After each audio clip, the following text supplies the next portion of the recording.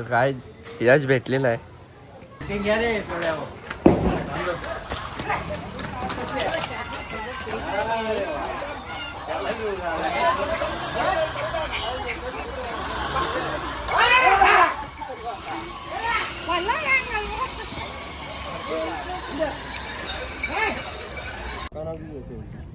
याला कपडे पण ग्रामविकास काय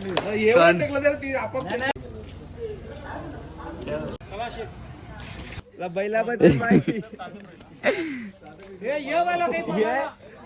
अरे बैलाबद्दल तर सांगे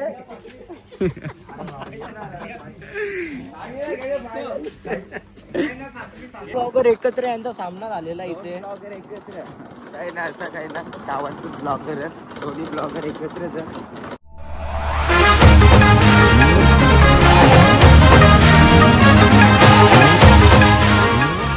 तर नमस्कार मित्रांनो, स्वागत आहे तुम्हा सर्वांचं पुन्हा एकदा आपल्या चेतमडी लॉगच्या हक्काच्या आगरीकोली ब्लॉगिंग चॅनलवरती. तर मित्रांनो, आज आहे बैलपोळा. तर आम्ही आता आलेलो आहे बैलपोळा बरोबर बरोबर. चला आता आम्ही मैदानावर आलेलो आहे. मटनवाला म्हणजे मंगळवार बुधवार शुक्रवार रविवार सर्वांनी भेट द्या. तर काय यश भेटलेला आहे. बघू हाईट बघू उसाचा म्हणले आयडिया. मित्रांनो, आता आम्ही मटन घेतलेलं आहे.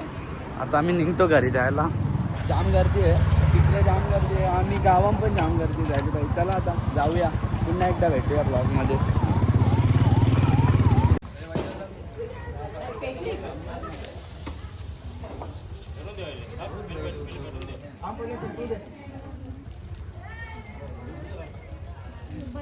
काही घेतली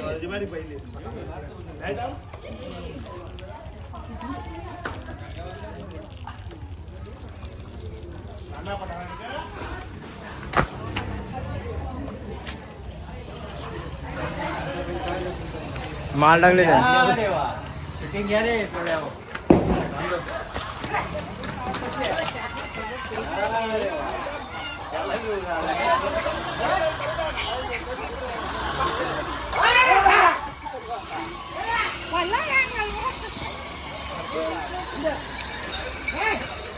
हा ये अंगावर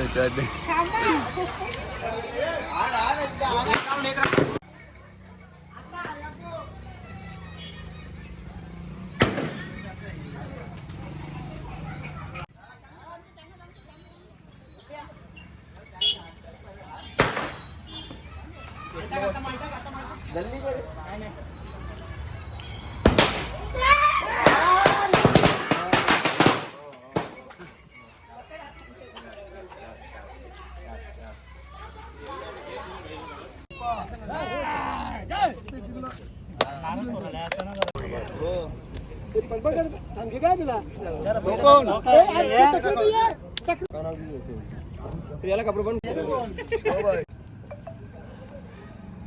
ग्रामविकास युवा प्रतिष्ठान पिंपलास संस्थेमार्फत दरवर्षीप्रमाणे यावर्षी देखील आम्ही किल्लेबांधणी स्पर्धा आणि रांगोळी स्पर्धेचं आयोजन केलेलं आहे. आणि आज पण रांगोळी स्पर्धा आणि किल्लेबांधणी पाहण्यासाठी आम्ही सर्व ग्रामविकास युवा प्रतिष्ठानचे सभासद पाहणी करण्यासाठी जात आहे. तत्पूर्वी मी आज जमलेल्या सर्व समाजाचे मनापासून आभार व्यक्त करतो.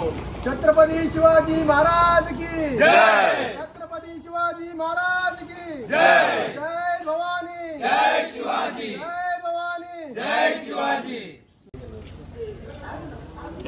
माझे नाव तनुजा सुनील पाटील.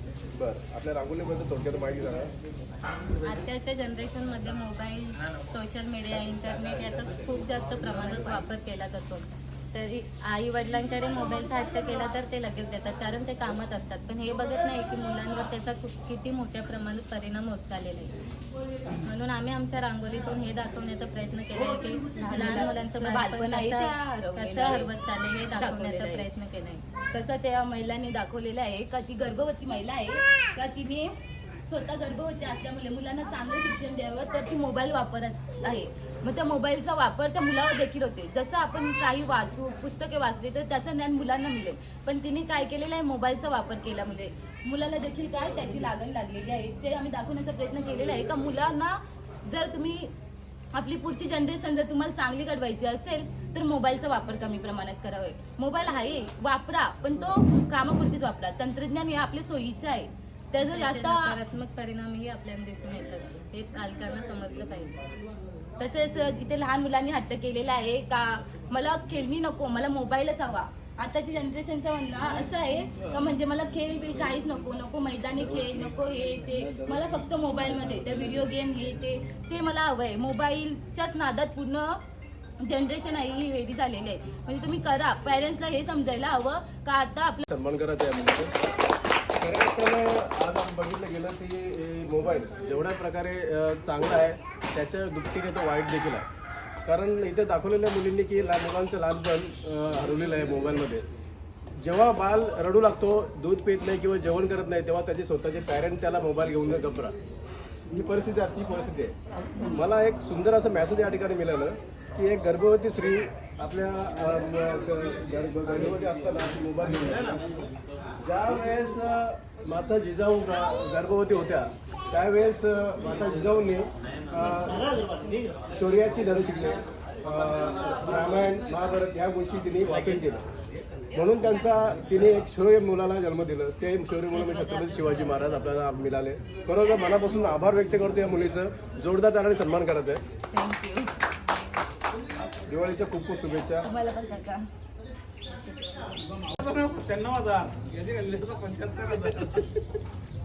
ग्रामविकास काय नाही, यश 5 वर्षानंतर, तब्बल 5 वर्षानंतर ग्रामविकासला यश. नाही 1000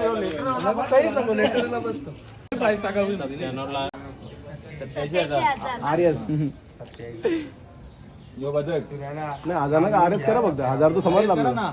1000 समजला आपल्याला.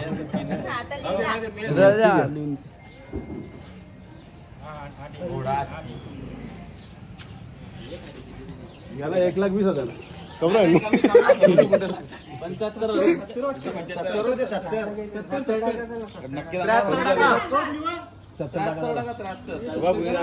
याच्यावर आहे ना, याच्यावर लिहिलेलं असं.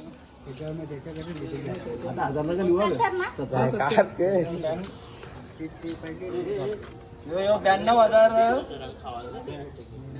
त्याबद्दल आपलं अभिनंदन. विशेष म्हणजे तुम्ही या स्पर्धेमध्ये नाव नोंदवलं ही खूप महत्त्वाची गोष्ट होती. आणि थोडक्यात आपलं नाव सांगून या रांगोलीबद्दल तुम्ही काय दाखवता जनतेला, काय मार्गदर्शन करता त्याच्यात माहिती सांगा. मलाच आहे कारण आताची मुलं जास्तीत जास्त मोबाईलवरती आपला वेळ वाया घालवतात. मोबाईलमध्ये बऱ्यापैकी चांगल्या गोष्टी पण आपल्याला लगेच माहिती मिळते, तर त्यापेक्षा अधिक दुष्परिणाम मोबाईलमध्ये जास्त लवकर घेतल्या जातात. अतिशय सुंदर अशी रांगोली काढलेली आहे आणि तुमचा मेसेज देखील समाजासाठी खूप छान आहे. आणि आजच्या या स्पर्धेमध्ये आपण भाग घेतल्यावर आपलं अभिनंदन. आणि तुम्हाला तुमच्या परिवाराला दिवाळीच्या खूप खूप शुभेच्छा. तुम्हाला पण दिवाळीच्या शुभेच्छा. गायन स्पर्धेमध्ये उत्तम गायिका पण आहे, हे सर रमेश पाटील. ग्रामविकासच्या वतीने तुम्हाला खूप खूप दिवाळीच्या खूप खूप शुभेच्छा. प्रत्येक वर्षी असंच तुम्ही सहकार्य करत राहा. धन्यवाद.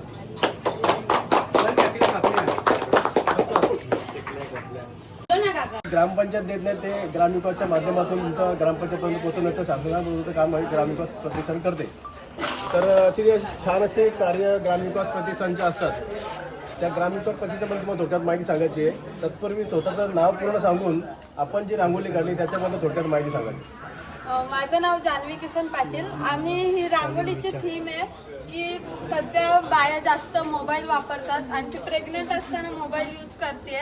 त्याचा बालावर परिणाम होतो आणि सोशल मीडिया वगैरे आपल्याला हवी होते आपल्यावरती, आणि त्याचा बाळ पोटात असताना गर्भावरती परिणाम होतो. मग त्याच्यावरती एक्सरसाइज करणं, योगा करणं हे नाही जमत मोबाईल जास्त यूज करण्याने. सो मोबाईल अवॉइड करावा. अतिशय छान असं तुम्ही रांगोलीतून एक सामाजिक प्रबोधनाचं काम केलेलं आहे. खऱ्या अर्थानं मोबाईल ज्या पद्धतीने चांगला आहे त्याच्यापेक्षा दुपटीने तो वाईट देखील आहे. आपण उपयोग करू तसा मोबाईल वापरला बरोबर आहे. आणि त्याचा परिणाम येणाऱ्या पिढीवरती देखील दुष्परिणाम खूप होतात. पिंपळास कोडवरती काय काय आहे? आपला कापडी देव आहे. संतोषने फोन केला. पिंपलाच कोट बोलाचा काय हा पिंपलाच कोट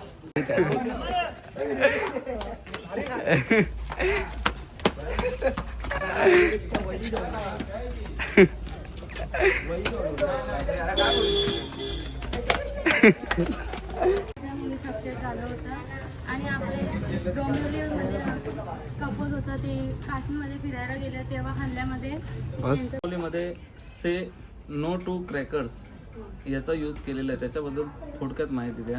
म्हणजे कशाबद्दल? फटाकड्यांना म्हणजे मुलांनी आपण जर मुलांना लहानपणापासून जर फटाकड्यांबद्दल सांगत आलो की काय काय आपल्याला प्रॉब्लेम्स पुढे जाऊन काय काय प्रॉब्लेम होतात, काय त्रास होतोय, तर ते आपण लहानपणापासून सांगत आलो तर पुढे जाऊन ते पण असेच बोलतील से टू नो क्रॅकर्स. म्हणजे फटाकड्यांना नाही म्हणतील म्हणजे ते मुलं आपण सुद्धा. का नाही म्हणतो पाहिजे असं का? पोल्युशन केवढं होतोय, धूर केवढा होतोय, आवाज केवढा होतोय, आपल्याला सगळ्यांनाच त्याचा त्रास होतोय. की आपण ही गोष्ट माहीत असेल नसेल ते मला माहित नाही. फटाकड्यांचा शोध हा चीनमध्ये लागला, म्हणजे गन पावडर ऍक्सिडेंटली लागला. आणि चीनमध्ये लागल्यानंतर त्याचा शिरकाव कसा झाला आपल्याकडे, तर जी मुघल सल्तनत किंवा ज्या गोष्टी आल्या त्याच्यामध्ये जो बाबर नावाचा त्यांचा जो राजा आला किंवा काही म्हणा तो आला, त्याने ही प्रथा तो घेऊन आला. कोण? बाबरानं ही प्रथा आणली आणि आपण मग आणणारा कोणतरी होता आणि आपण आपल्या हिंदू म्हणून की आपण तिला अडॉप्ट केली. तर मुद्दा असा आहे की शोध लागला चीनमध्ये, आणली बाबरनं आणि जोडतो आपण आपल्या परंपरेशी. जगात सगळीकडेच फटाके वाजवले जातात, विरोध नाही, पण फटाके बनतात ज्या कारखान्यात तिथे चाइल्ड लेबर वापरलं जातं. आणि जेव्हा तिथे ब्लास्ट होतो ना, बरीच लोक मरतात, ती दाबली जाते, कारण विशिष्टच लोक कमावणारे आहेत तिथे. असं आहे का आपल्या घराघरात फटाकडे बनवतात आणि विकतात असा प्रकार नाही. हा त्याच्या कमिशनवर होतं, काही 2-4 दिवस पोट भरतं, पण 1000 बिलियन ट्रिलियन रुपीज हे एक काही 4-5 दिवसाचं त्यांच्या याच्यात जातात. मला वाजवण्यावर विरोध नाही, अजिबात नाही. फक्त मला एवढं बोलायचं आहे का ते बनताना जी प्रोसेस आहे त्या प्रोसेसमध्ये चाइल्ड लेबरच वापरला जातो, कारण तो स्वस्त पडतो आणि एका झटक्यातच ते करोड्स ऑफ किंवा बिलियन्स रुपीज त्यांनी कमवलेले असतात. आणि ह्यात तीच गोष्ट म्हणजे आता 1000च्या खाली कोणी आणत नाही, पण 1000ची पोरांना काहीतरी वस्तू चांगल्या, त्याची पुस्तकं आणा, कपडे आणा किंवा जो की कोणी नाही जिंकला, तो शिवाजी महाराजांना पण जिंकला, शंभू महाराजांना पण जिंकला.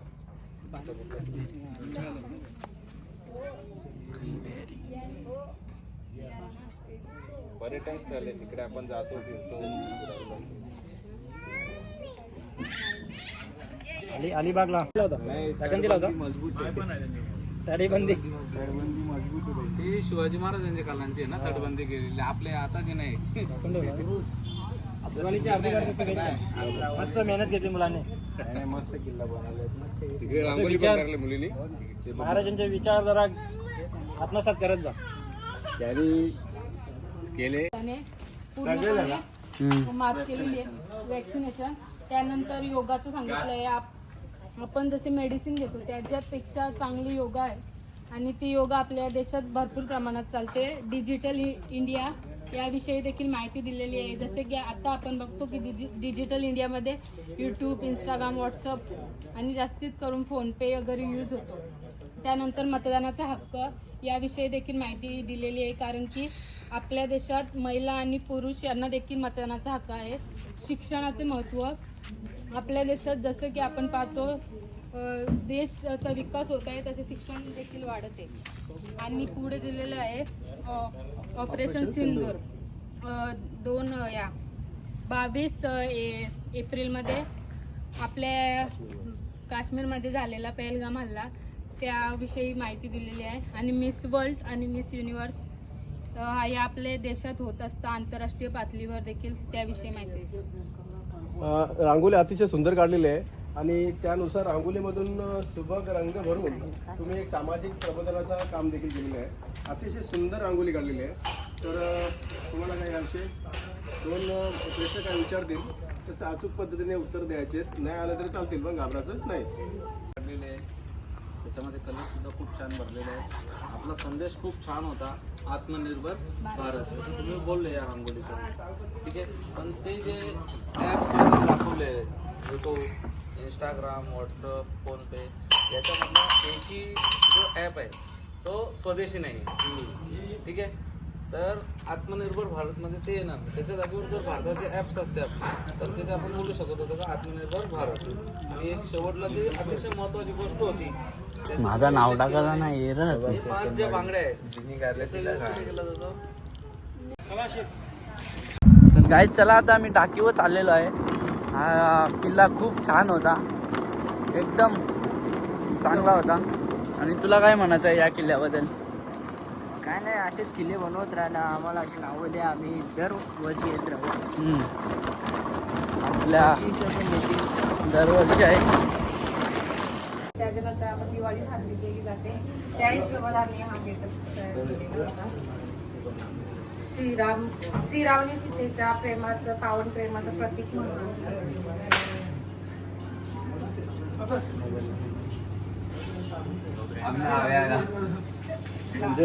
म्हणजे आपण दिवाळी साजरी करतो ज्यावेळेस राम, लक्ष्मण आणि सीता या तिघांना 14 वर्ष वनवास लागला आणि वनवास करून पूर्ण झाल्यानंतर ते आपल्या अयोध्यामध्ये परत येत असताना तेव्हा तेथील साम्राज्यांनी, त्यांच्या जनतेने पूर्ण दिवाळी साजरी केली होती. घरोघरी दिवे लावून. त्याचंच प्रतीक तुम्ही या ठिकाणी दाखवलेलं आहे. खूप छान अशी रांगोळी, खरोखरच रांगोळी बघूनच बरं वाटलेलं आहे. एक पारंपरिक तुम्ही इथं रांगोळीचं महत्त्व पटवून दिलेलं आहे. पण शिवनेरी किल्ला बनवलेला बघू शकता. कोणी तुम्ही बनवले? माहिती देत चल, माहिती देत फटाफट. मार बरोबर रोज मार रोज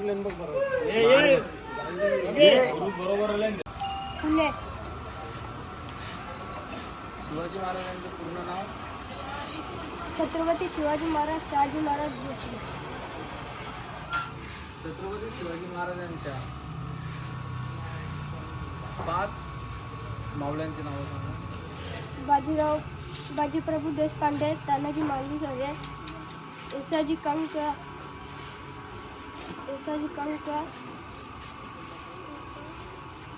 शेलार मामा,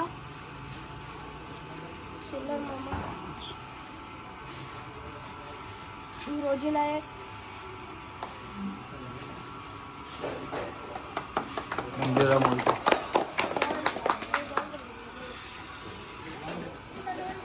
हेर खात्याचे प्रमुख कोण होते?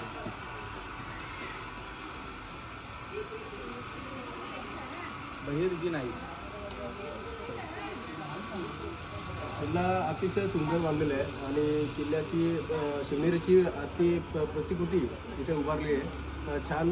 विशेष आभार व्यक्त करतो की तुम्ही या स्पर्धेमध्ये दरवर्षी नाव नोंदवून सहभाग घेता. स्वभाव कसा होता ते पण मी तिथे लिहिलेलं आहे. आणि जहाज सोडलेली आहे तिथे मी. आणि इथे झेंडे सुद्धा लावलेले आहेत. आणि एक आम्ही रांगोळी स्पर्धा आणि किल्ले साजरीचं आयोजन केलं होतं. या स्पर्धेमध्ये प्रथमच तुम्ही भाग घेतला, नाव नोंदवून खूप मनापासून आभार व्यक्त करतो. जी रांगोळी काढली त्या रांगोळीबद्दल थोडक्यात माहिती तुम्ही सांगायची आहे आणि स्वतःचं नाव सांगायचं. स्वतःचं नाव सांगतो. माझे नाव सिद्धेश रावण म्हात्रे. आपल्या धर्माची म्हणजे असं वेगवेगळ्या धर्मांची माहिती सांगितली. सर्व धर्म समभाव. ख्रिश्चन लोकांचे तो काढले. ही आमची दिवाळी आहे. दिवाळी नाही आहे. बैलपोला. बैलपोला. आणि ख्रिश्चन लोकांचे. म्हणजे रांगोळीतून तू मला असं दाखवलं आहे की सर्व धर्म समभाव. सगळं आपल्या पारंपरिक जे सणांचा आपण या ठिकाणी उल्लेख केलेला आहे तिकडे छान. आपला तिरंगा पण काढतो. आणि भारत एक पारंपरिक समाजात मिळून एक पारंपरिक देश बनलेला आहे. ते तुम्ही रांगोळीमध्ये दाखवलं आहे. खूप खूप अभिनंदन. छान रांगोळी काढलेली आहे आणि सामाजिक प्रबोधन देखील चांगला केलेलं आहे. पुढच्या वर्षी देखील तुम्ही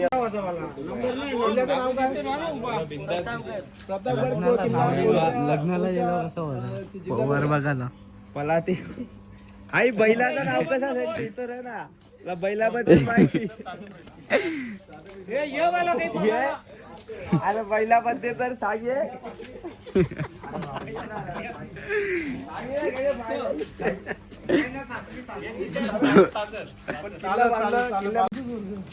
मोठ्याने बोलतो ना सिंधुदुर्ग. हा तर सिंधुदुर्ग किल्ल्याबद्दल काही प्रश्न तुला आपल्या सागराला विचारतील, त्याच्याबद्दल तू उत्तर सांगायची. सिंधुदुर्ग किल्ला कुठल्या जिल्ह्यात?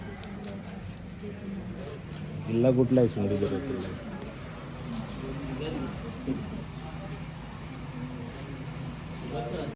तर मित्रांनो आता मी चाललेलो आहे ताब्यावर बघू शकता. ताब्यावर बघा तला तला बघा तला तला ब्लॉगर एकत्र यांचा सामना झालेला इथे. काही नाही असं काही नाही गावाचे ब्लॉगर आहेत दोन्ही ब्लॉगर एकत्रच आहेत. तर चला काय आता आम्ही जातो धाब्यावर आणि जाम ऊन बी जाम कडक ऊन. चला भेटूया तिथं पोचल्यात भेटूया. तिचे चार्जिंग साफ खपले त्याला लवला चालत देवाला फायनली चरली गाई चार्जिंग नसून बी चरली. काय आता मी आलेलो आहे धाब्यावर.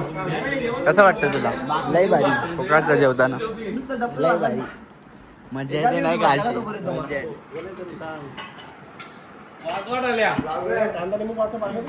तो ब्लॉगर ब्लॉगर